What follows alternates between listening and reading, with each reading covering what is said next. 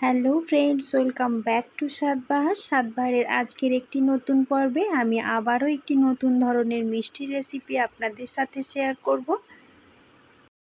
আমি আজ মাত্র 3টি উপকরণ দিয়ে অসাধারণ স্বাদের একটি সন্দেশের রেসিপি আপনাদেরকে বানিয়ে দেখাবো। তার জন্য আমি প্রথমেই একটা কড়াইতে 1 লিটার মতো দুধ ঢেলে দিচ্ছি। দুধটা থেকে আমি ছানা তৈরি করব।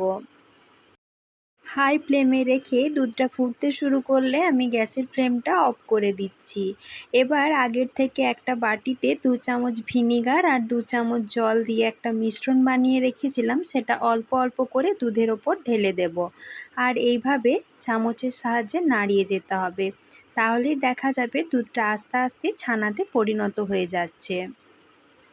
আমাদের অনেকেরই বাড়িতে ছানা তৈরি করলে ছানাটা অনেক সময় শক্ত হয়। এই পদ্ধতিটা ফলো করে ছানা তৈরি করে দেখবেন, ছানাটা কিন্তু খুবই নরম থাকে। আপনারা যখন ভিনিগারটা দুধের ওপর দেবেন তখন গ্যাসের ফ্লেমটা অফ করে তারপর দেবেন, এতে করে ছানাটা খুব সফট তৈরি হয়।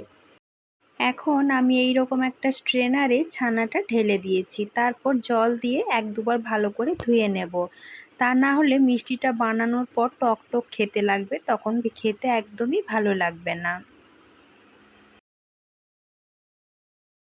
ছানাটা পরিষ্কার জল দিয়ে 1-2 বার ধুয়ে নেওয়ার পর আমি চামচের সাহায্যে চেপে চেপে এক্সট্রা জলটা বার করে নিচ্ছি।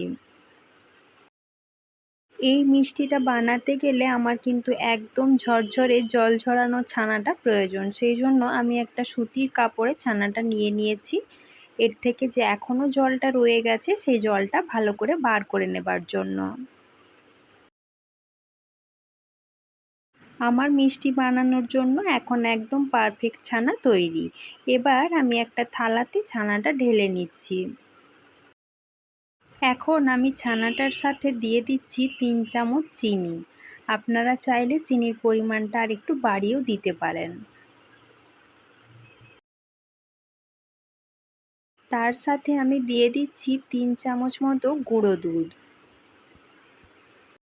চিনি আর গুঁড়ো দুধটা দিয়ে দেবার পর ছানাটা বেশ কিছুক্ষণ হাত দিয়ে ভালো করে মেখে নিতে হবে।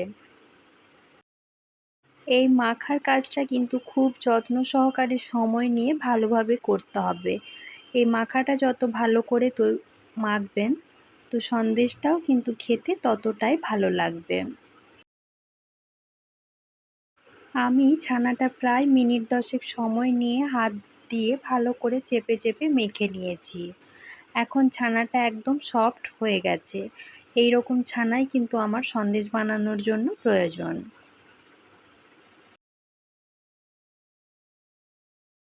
এখন আমার মিষ্টি বানানোর কাজ প্রায় কমপ্লিট।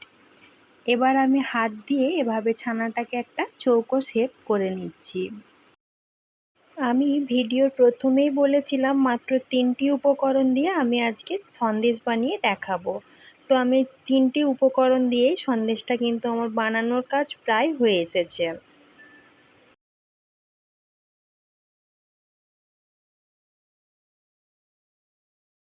এখন আমি হাত দিয়ে ভালো করে চৌকো শেপ করে নিয়েছি। এবার ছুরির সাহায্যে চৌকো চৌকো পিস করে কেটে নিচ্ছি। আপনাদের যার যেমন শেপ দিতে ইচ্ছে যায় সেইভাবে কেটে নেবেন। এখন আমি মিষ্টিগুলো গার্নিশিংয়ের জন্য ওপর থেকে একটা করে চেরির টুকরো দিয়ে সাজিয়ে নিয়েছি। আপনাদের যে কোনো ড্রাই ফ্রুটস দিয়ে সাজাতে ইচ্ছে করলে সেটাও দিয়ে দিতে পারেন।